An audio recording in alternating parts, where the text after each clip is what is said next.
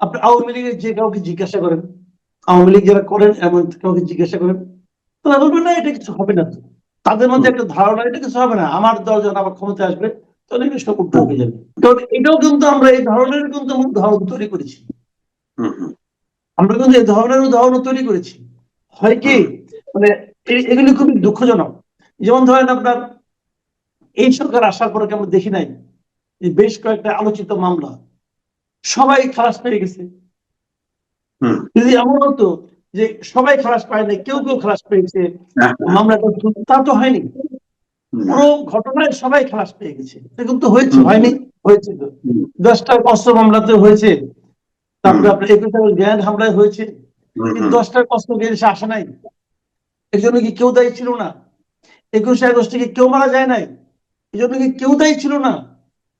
আপনি সবাইকে খালাস দিয়ে দিলেন।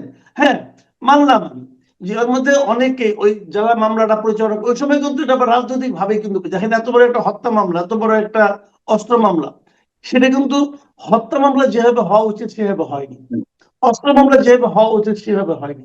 রাজনৈতিক প্রতিপক্ষকে দমন করার উদ্দেশ্য দিয়ে সেটা কিন্তু পরিচালিত হয়েছে, যে কারণে ওই রায়টাও তো এরকম ভাবে হয়েছে। আবার ওই রায়ের জবাব যেটা দেওয়া হয়েছে সেটা নিয়ে আমরা কি বলবো? সবাইকে আপনি খালাস করে দিলেন একটা একটা ঘটনা যে এই মামলা ঠিক মতো নাকি দায়ের করা হয় না, ঠিক মতো নাকি তদন্ত হয় না, তাহলে আপনি পুরো তদন্ত আদেশ দেন।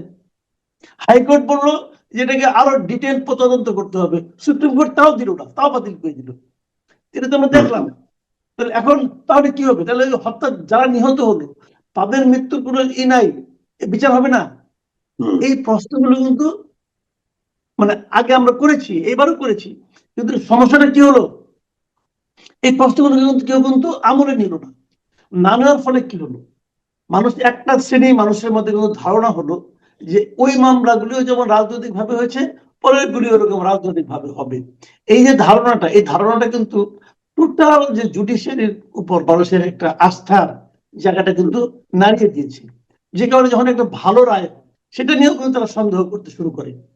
তো এই জায়গাগুলোতে আগামীতে যে কথা আপনি বললেন, আগামী তো তারা ওইভাবে ভাবে, তারাও এরকম করেছে, আমরা এরকম করব, এই ভাবনাগুলো কিন্তু রয়ে যায়। কিন্তু এটা কিন্তু টোটাল সমাজের একটা স্থিতিশীলতার জন্য আমি মনে করি ভালো না।